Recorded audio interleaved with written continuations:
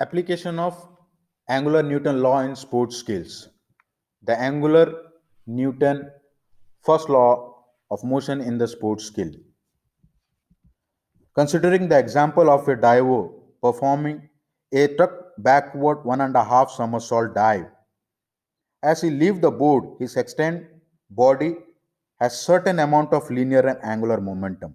Linear momentum to project him high into the air and to give him time to complete mid-air action, and angular momentum to rotate him through the required 1.5 somersault.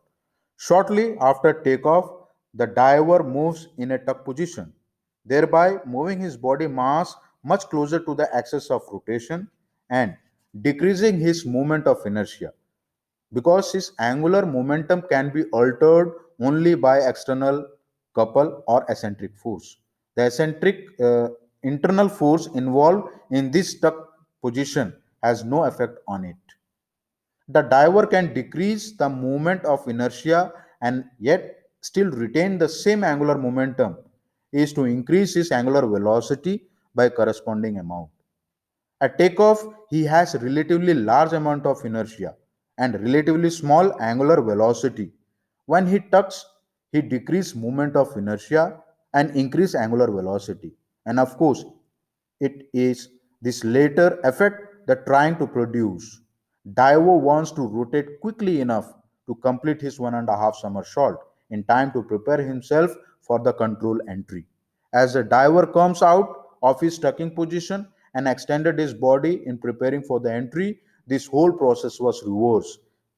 His angular velocity decreased as his body extension caused by the moment of inertia to be increased. The next is the angular Newton's second law of motion in sports skill. At the instant depicted, the diver's body is being angularly accelerated about an axis through her feet. The torque causing this angular acceleration is equal to the product of diver's weight and the horizontal distance, that is x. If the diver's is executing a dive requiring a large amount of rotation, that is the forward 2.5, the diver will want this torque to be relatively larger so that the body can leave the board with sufficient angular velocity to enable her to complete the dive. On the other hand, if diver is executing a dive that involves very little rotation, the divers will have to little need for angular acceleration during the takeoff and will want to keep the applied torque relatively small because her weight is constant, and the only other factor that influence the magnitude of torque is the distance x.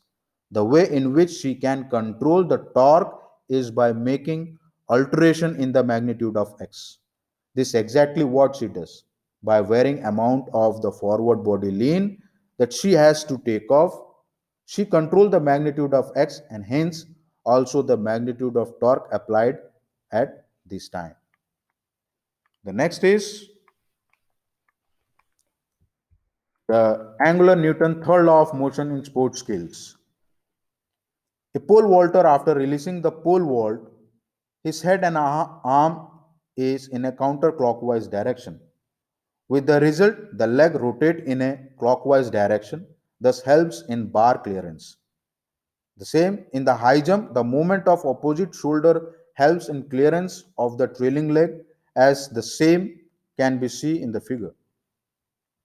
And in the discus throw, when the upper body rotates just before the release, there is a reaction on the lower body.